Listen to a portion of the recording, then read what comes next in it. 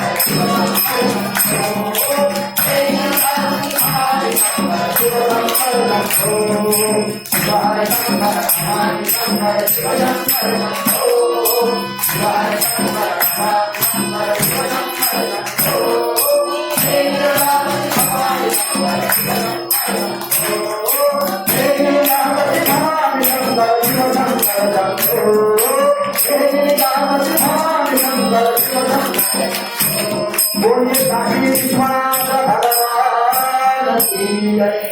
10 मिनिटांमध्ये शब्दोत्तर संहिता पूर्ण करू. मग तेव्हा या ठिकाणी जलपानची वगैरे व्यवस्था होते. नंतर मग त्यानंतर येऊ. आमचे दौड साहेब या ठिकाणी आले, फार मोठे भक्त आहेत आमचे. सर्व्हिसला होते ना, आमच्यासाठी खूप प्रयत्न चालू आहे त्यांच्या. जो आश्रम आम्हाला करायचा आहे, तर आश्रमासाठी जमीन दान मिळवून देण्याचं खूप मोठं काम ते आमच्यासाठी करतात. एकदा त्यांच्या नावानं काय झालं आपल्याला माहिती आहे. एकदा जमिनीचं काम झालं म्हणजे आश्रम झाला. आश्रम जर का झाला, मंदिर झालं की बाबा मोठं झालं. मी मोठं होण्यासाठी करत नाही, जगत कल्याणासाठी काहीतरी करायचं आहे. आता 2-5 समजा वृद्धांना सांभाळायचं, ज्यांना घरी पोरं सांभाळत नाही त्यांना सांभाळायचं, तर मला जर का घरी खायला नसेल त्यांना कुठून खाऊ घालायचं. म्हणून तुम्ही टीव्हीवर पहा, किती मोठ्यातल्या मोठा महाराज असला तो दान मागतो म्हणजे मागतोच. त्या दिवशी काळे मावशी मला बोलल्या, मला राग नाही आला, बोलल्या मला त्या, पण मागितल्याशिवाय महाराजाचं काम असतं मागणं, आणि त्याच्यामध्ये काही बळजबरी नसती. आपण असं म्हणलो का तुम्ही दिलं तरच तुम्हाला येत आहे. जो देव उसका भी भला, जो ना दे उसका भी भला. आहे की नाही कुलकर्णी काका? आता एक कुलकर्णी काका नाही इथं येऊन बसले, हे म्हणले आम्हाला पैसे नको, पण अशी माणसं जगामध्ये किती आहेत का सांगा बरं तुम्ही. किती आहे अशी माणसं? अशी माणसं आहे का जगामध्ये? आज पहिले पॉकेट पाहिलं जातं, नंतर मग कीर्तनाला आम्हाला किती भेटणार आहे, खरंय का नाही? आता हे आपण जी वर्गणी जमा करत होतो ही सुद्धा काही गायक लोकांना काहीतरी फुल नाही फुलाची पाकळी आपल्याला देता यावी. भागवत कृपेने काही का होईना आपल्याला थोडे तरी त्यांच्या दयेने या ठिकाणी आतापर्यंत काय जे 1300-1400 जमा झाले, आणखी 500-600 वर्धाच्यामध्ये पडले. ते जरी नाही म्हणले पण आपल्याला त्यांचा सन्मान सत्कार करायचा आहे. ते जरी नाही म्हणले पण दुसऱ्यांदा यायची माणसाची इच्छा झाली पाहिजे. अलग लक्षात मी काय म्हणतो, दुसऱ्यांदा माणसाची यायची इच्छा झाली पाहिजे. काही ठिकाणी टाळकऱ्यांचा सन्मान करत नाही, सेवा करून घेतात, नारळ सुद्धा देत नाही. आपल्या वारकरी संप्रदायाची पद्धत आहे, किंबहुना बुक्का लावून नारळ तरी दिलं पाहिजे. नका तुम्ही कपडे देऊ, नका वस्त्र देऊ, पण ती वारकरी संप्रदायाची पद्धती आहे. आपल्या मस्तक हे पायावर या वारकरी संतांच्या. म्हणून मदत जेव्हा होत असते तेव्हा मदतीनं सगळा कार्यक्रम या ठिकाणी होतच असतो. आणि 2, 5, 10 वर्षामध्ये तुम्हाला दिसेलच, आस्था चॅनलवर माझा कार्यक्रम येणारच आहे. महाराष्ट्रामध्ये मी जन्माला आलो, ही संतांची भूमी, पण एखाद्या वेळेस मला पश्चाताप वाटतो, इकडे विनाकारण जन्माला आलो, तिकडे वृंदावनला आलो असतो, आतापर्यंत टीव्हीवर येऊन बसलो असतो. असं म्हणून हरकत नाही. महाराष्ट्रामध्ये त्यातली त्यात दानदाते कमी आहे, कारण देणारे तर देत नाही, पण बोलणारे खूप बोलून घेतात आधी, त्याच्यामुळे आम्ही मागतच नाही. हे मागण्याचा उद्देश काय होता? आपण मंदिरामध्ये, मला तुम्ही सांगा, मागच्या वर्षी आपण जन्माष्टमीच्या नंतर भागवत कथा केली. कधी 1 रुपया कोणाला मागितला? धोंड्याची कथा केली, घरात देवी भागवत कथा केली, दिवाळी मावशीकडे कथा केली. हा, फक्त डिस्ले काकूंकडे जेव्हा आपण कथा केली तर तिथे काही वर्गणी जमा केली, 2200 रुपये जमा झाले. आणखीन वर्गणी काही जमा झाली. 4 महिने अगोदर जर का रेल्वेचं तिकीट काढलं नाही, टाइमवर काढलं, तर माणसाला संडासच्या डब्याजवळ बसावं लागतं. रेल्वेमध्ये आहे का नाही मावले हो, म्हणजे वेटिंग लिस्ट त्याला म्हणतात. तर पंडू राजा स्वर्गामध्ये गेला, एवढा मोठा पांडवाचा बाप, तर पांडवाचा बाप फुके मावशी नुसता उभा होता स्वर्गामध्ये, पाय ठेवायला जागा नाही, एवढं स्वर्ग फुल, बसायला खोली तर सोडा. महाभारताची कथा नुसता उभा होता. म्हणे का 1 वर्षाचं पुण्य कमी पडलं, मला जागा भेटत नाही, माझ्या पोराला सांगा राजस्व यज्ञ करा. आता आपण राजस्व यज्ञ करू का? आखी प्रॉपर्टी जरी विकली राजस्व यज्ञ करू शकत नाही. मग त्याच्यासाठी 1000-500 आपण आपल्या पद्धतीचं दिलं, काही बिघडलं का नाही? तेवढं करू शकत ना, एवढं आपण करू शकतो ना. आणि त्याची त्यात पुन्हा काही बळजबरी आहे का काका? सगळ्या मावल्यांना माहिती आहे की मी कोणाला तरी म्हटलो का? उलट मी इथं आहे तर मला आनंद, मला हे आधी कळत नव्हतं. किती वेळेस आई मला म्हटली कर कथा कर कथा, तर कुठे कुठे मला अभिमान होता की माझ्या कथा कशा असतात, 4-5 गायक सोबत असतात, स्टेजवर असतात, 1000-2000 लोक असते. तर 10 वर्ष मी विनाकारण इथं असे घातले, केली नाही कथा.